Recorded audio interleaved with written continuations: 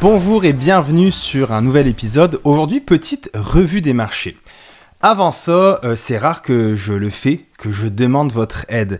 C'est fou parce que psychologiquement, on le sait un peu le suis-moi, je te fuis, fuis-moi, je te suis. Je sais pas si ça se dit au Québec, mais nous en France, c'était ça. Mettons, je suis intéressé par une fille ou un gars. Si je lui montre de l'intérêt, elle va se détourner. Puis si je lui montre pas d'intérêt, elle va venir vers moi. Tu sais, c'est ce jeu-là de puissance ou de dominant-dominé. Bref. Je vous ai expliqué, pour ceux qui me suivent un petit peu, que j'ai perdu ma page Instagram. On est deux à la gérer, à Zachary et moi. Donc Zachary qui est souvent sur mon podcast. Et ce qui s'est passé, c'est qu'on a publié des vidéos B-roll, donc une vidéo en arrière-plan avec du texte écrit dessus.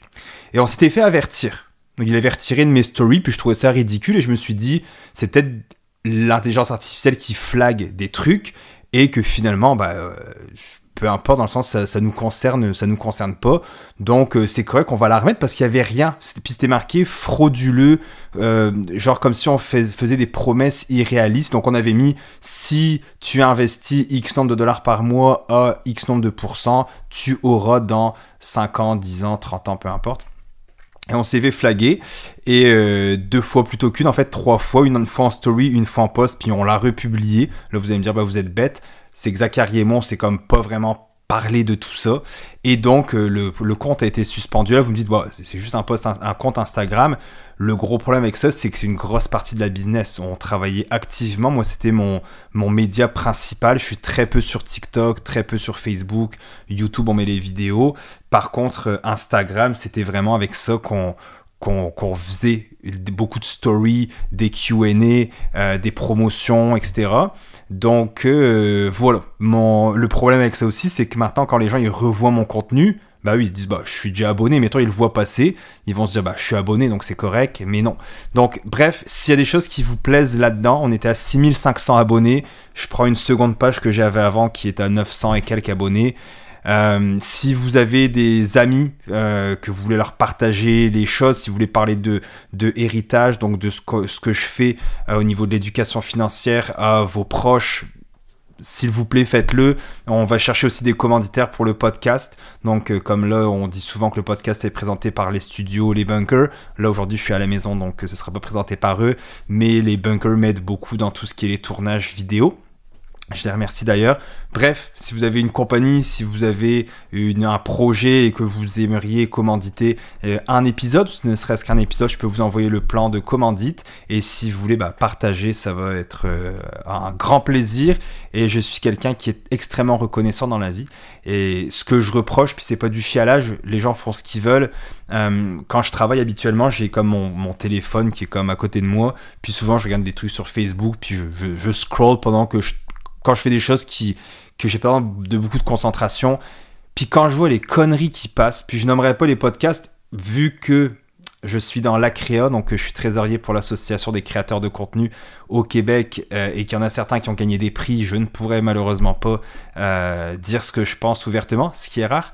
Mais ouais, je trouve ça un peu terrible de me dire, je me fais couper mes posts, je me fais supprimer mon compte quand il y en a qui parlent de ce qu'ils ont fait hier soir dans le lit avec 2-3 autres personnes, quand il y en a qui... En fait, vous savez très bien de quoi je parle, et je me dis j'essaye que l'argent ne soit plus tabou, j'essaye qu'on parle ouvertement de cash, mais il y en a qui parlent ouvertement peut-être de choses un petit peu trop ouvertement, qui devraient peut-être avoir une petite retenue. Moi je me dis un jeune de 12-13 ans qui retombe sur mon contenu, fine. Quand je vois... Par exemple, que ce soit mon neveu ou ma nièce qui peut retomber sur ce genre de contenu-là à l'école parce que maintenant, il se passe les téléphones et dans l'autobus. Je me dis, merde, dans quel monde on vit? Donc, bref, la vie est ainsi faite. On apprend. Au moins, j'ai pas juste un canal, j'ai le podcast, j'ai les infolettres, etc. N'oubliez pas de vous abonner non plus à l'infolettre. C'est quand même toujours pertinent ce que j'écris. Donc, revue des marchés aujourd'hui. J'ai mes graphiques à côté de moi, donc vous m'excuserez si vous m'écoutez, si vous êtes sur YouTube, parce que je vais... tourner la tête souvent. Donc on est le 1er juillet aujourd'hui, le temps passe vite, et la bourse va super bien. Donc en fait, comment savoir si la bourse va bien ou pas? Mettons si vous suivez pas ça, puis que vous suivez pas trop de médias, etc. C'est facile. Si personne ne parle de la bourse dans les médias traditionnels, c'est que ça va bien. Si les médias parlent de la bourse, c'est parce que ça va mal. Et en fait, c'est comme ça, vous le savez, les médias traditionnels, pour faire des clics, ça prend justement des gros titres en rouge, tout va mal. Et donc là, vu qu'on n'en entend pas parler, c'est normal, c'est parce que ça va bien. Donc on est rendu, le S&P 500, on avait commencé l'année où est-ce qu'il était, c'est des points dans le S&P 500, c'est pas un prix. Donc on était aux alentours de 5900 points sur le S&P 500. Je rappelle, le S&P 500, 500 plus grandes entreprises par capitalisation.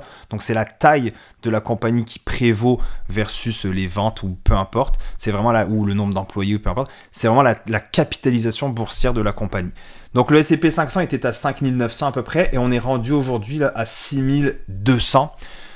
Donc, un bon gain, pas énorme, mais quand on sait qu'on a perdu plus de 22% cette année, avec justement les tarifs douaniers, etc. Je vais vous le dire exactement, du plus haut au plus bas, on a perdu 21,3%. Donc c'est quand même énorme.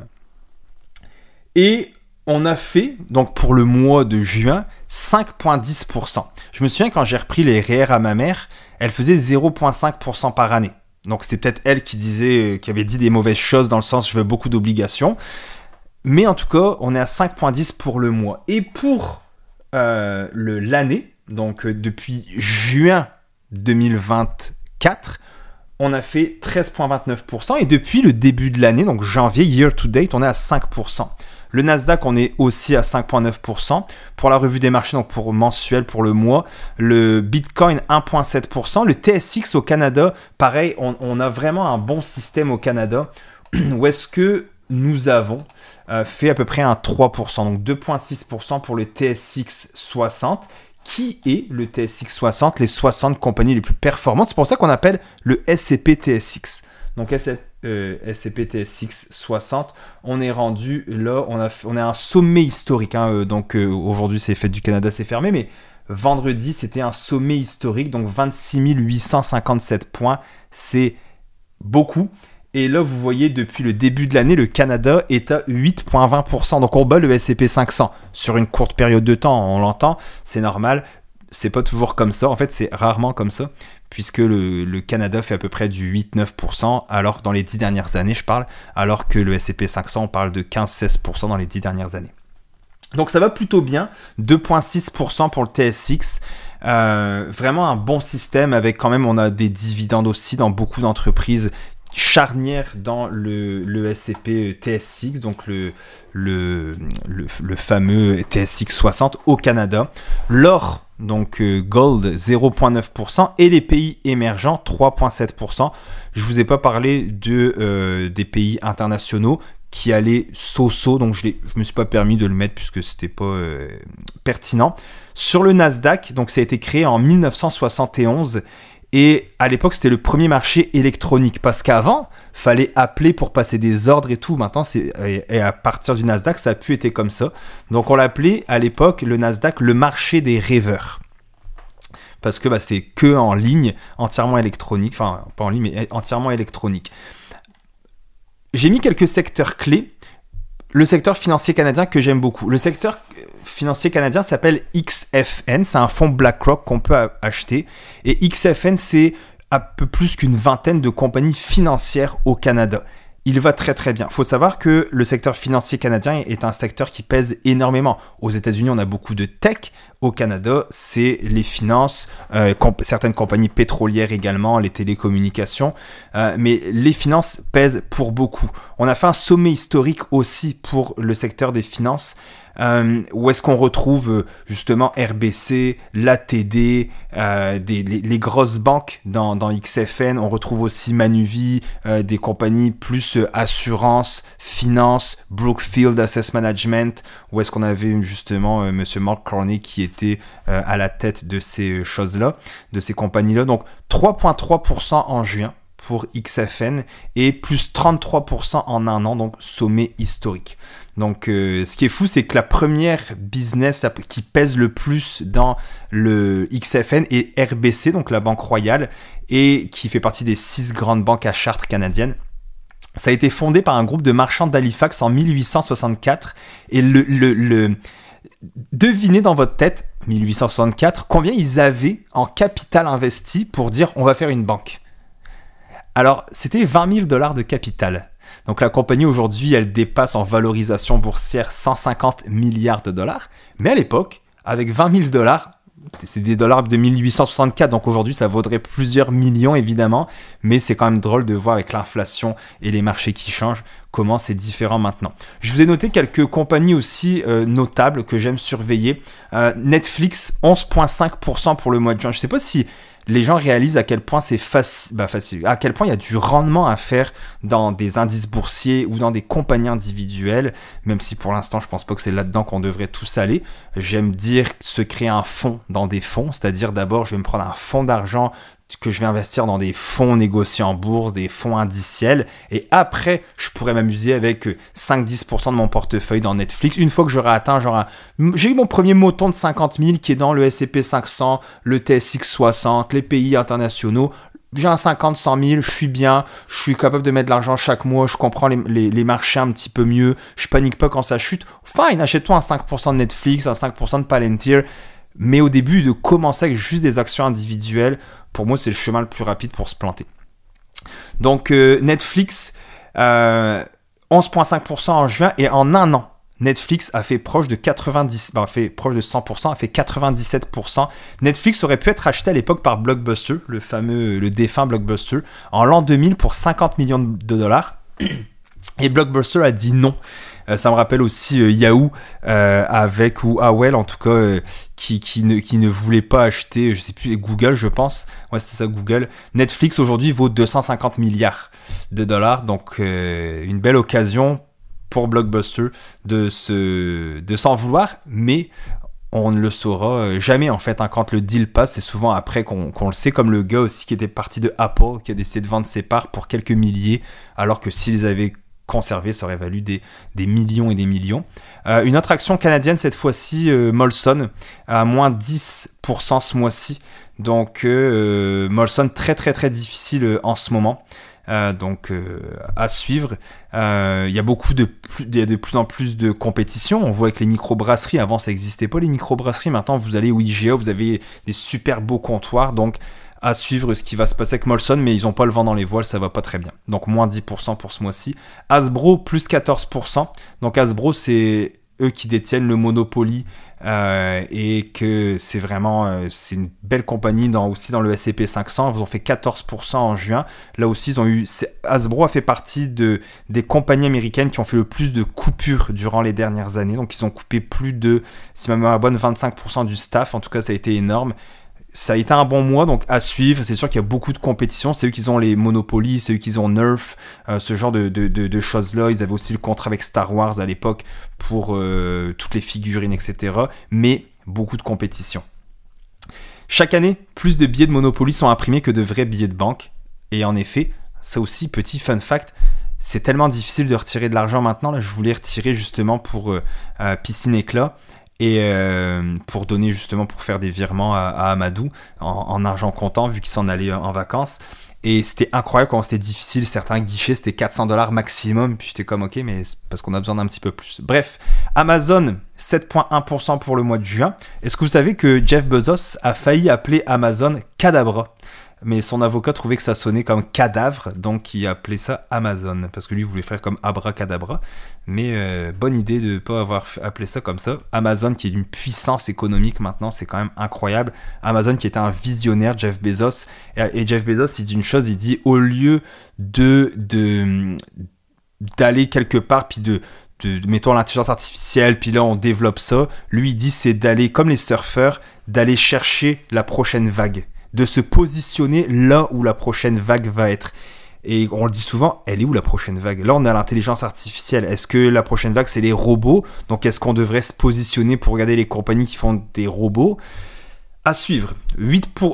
Microsoft, 8,2% depuis juin, 31% en 3 mois, ce qui est quand même assez exceptionnel. Donc, voilà. Est-ce que vous savez que Bill Gates, petite anecdote, est connu pour mémoriser les plaques d'immatriculation des voitures de ses employés? Il faisait ça tout au début de sa carrière pour voir qui restait au bureau tard ou qui arrivait tôt, qui partait tard. Donc c'est bien, ce n'est pas du micromanagement. Hein. Ensuite, on a Meta. Qui a fait plus de 14,88 en juin, donc on s'approche du 15%. Merci Meta d'avoir supprimé mon compte Instagram. Et donc ouais, Mark Zuckerberg qui est quand même estimé une fortune à 120 milliards juste avec ses actions.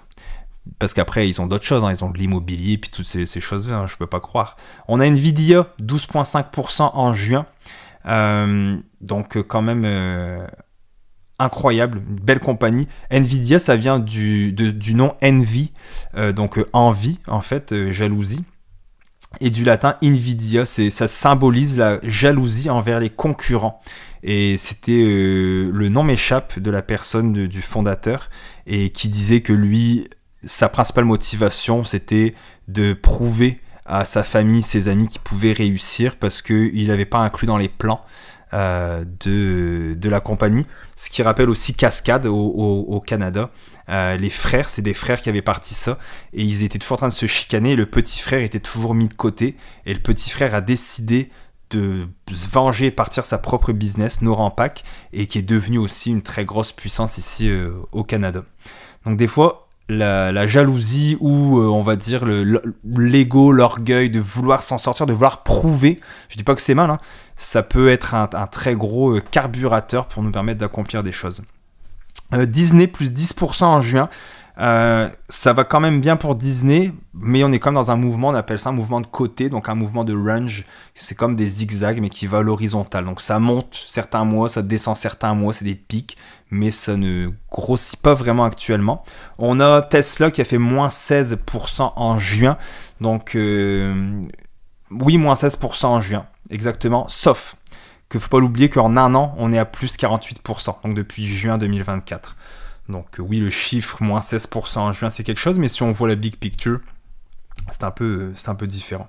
Palantir, que vous connaissez aussi, qui a été fondé avec l'argent de la CIA, a fait 8,26% pour le mois de juin, et en un an, 424%. Donc c'est incroyable, hein, Palantir, vraiment quelque chose de fou. Palantir, son nom vient des pierres de vision du Seigneur des Anneaux. Eh bien, on ne le savait pas. Apple, 4,21% en juin.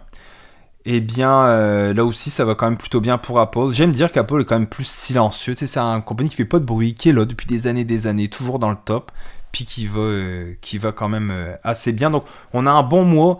Moi, je disais à ma blonde hier, ou cette semaine, là, que je suis très content d'avoir investi cet argent-là quand on était jeune.